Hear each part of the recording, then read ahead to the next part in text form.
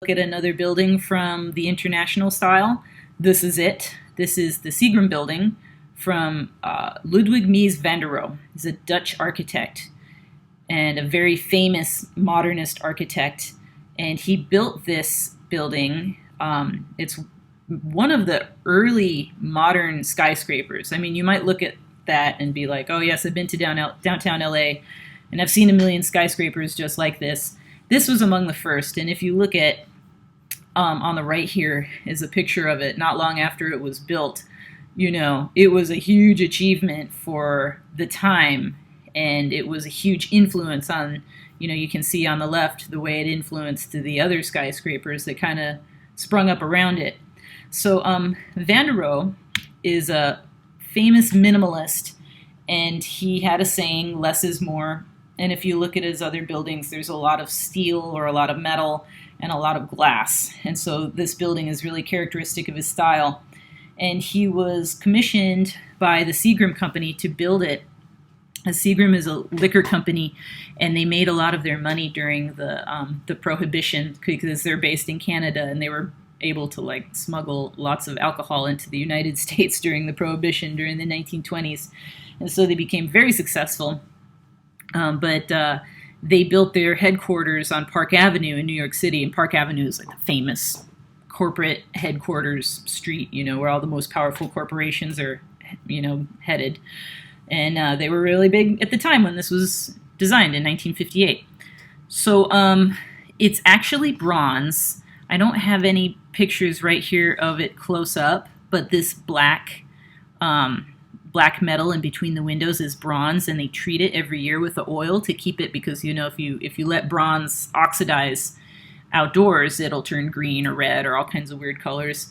So they treat it with oil so it stays black, but it also has this really nice beautiful patina. And it's made the monolithic quality of it symbolizes the power of the corporation. And if you've ever been to downtown LA, if you've ever been to New York, or you've been to a downtown area of a large city, this is sort of the look of a powerful corporation. Buildings want, or companies want to be housed in buildings like this, because the verticality of it, the height of it, it symbolizes power, and it symbolizes, the fact that they're a successful corporation. So, you can credit van der Rohe for basically developing this style, which is so much of what corporate America strives for. So, let's see. So steel and glass skyscraper and curtain wall construction became the model after World War II. So after World War II, America emerges as the world power.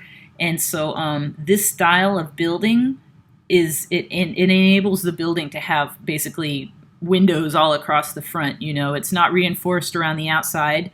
The curtain wall is basically the inside that reinforces the whole thing, that they're able to have all this glass. So the Via Savoie, Le Corbusier's building that we just looked at, is early international style. This is late international style once it has developed more.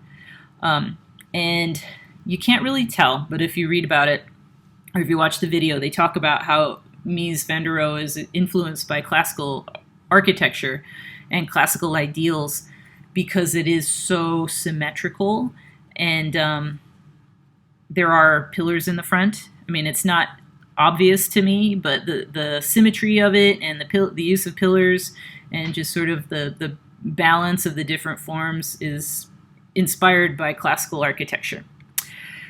And that's the Seagram Building, one of the first famous modern skyscrapers ever. Trying to think of what else to tell you about it. I think I pretty much got it. Okay, here's the last building in this unit. And I think it's really the last building that we're going to study this year.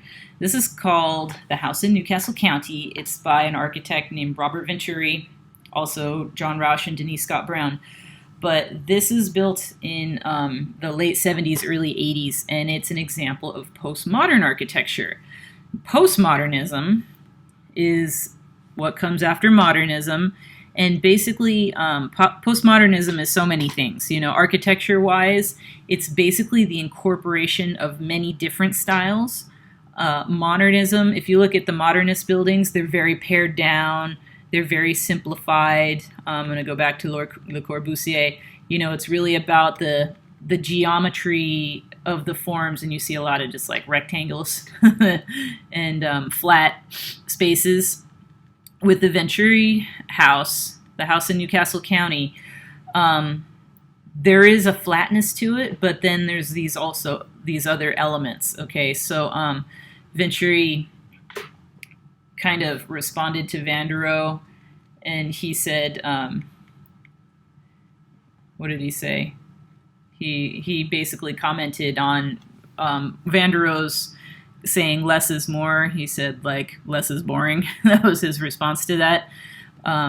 So here's the front facade, and it has this weird arch under a pediment, basically, that comes out. And then there's something like a colonnade outside, but they're flat, and they're really short.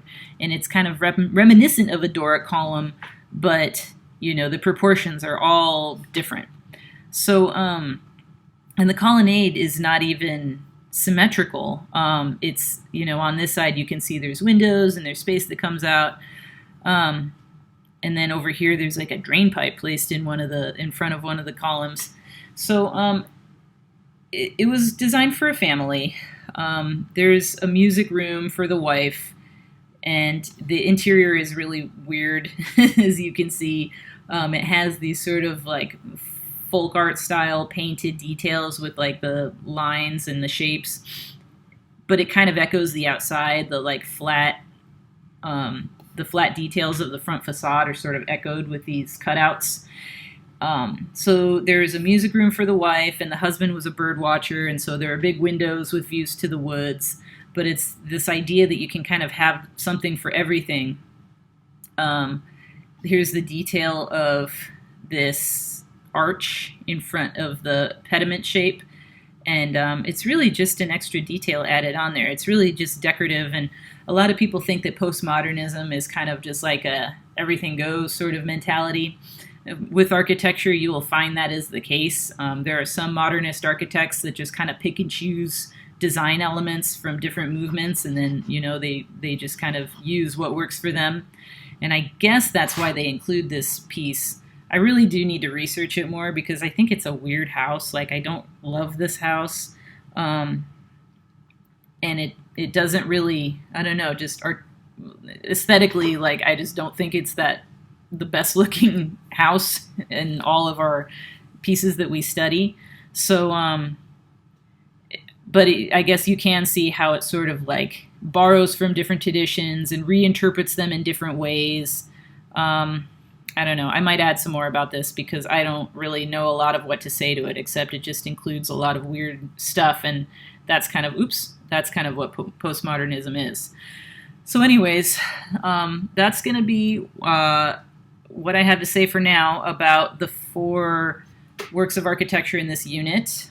So you can listen to this as necessary and go through the PowerPoint. But yeah, if you have questions, let me know. All right, guys. Talk to you soon.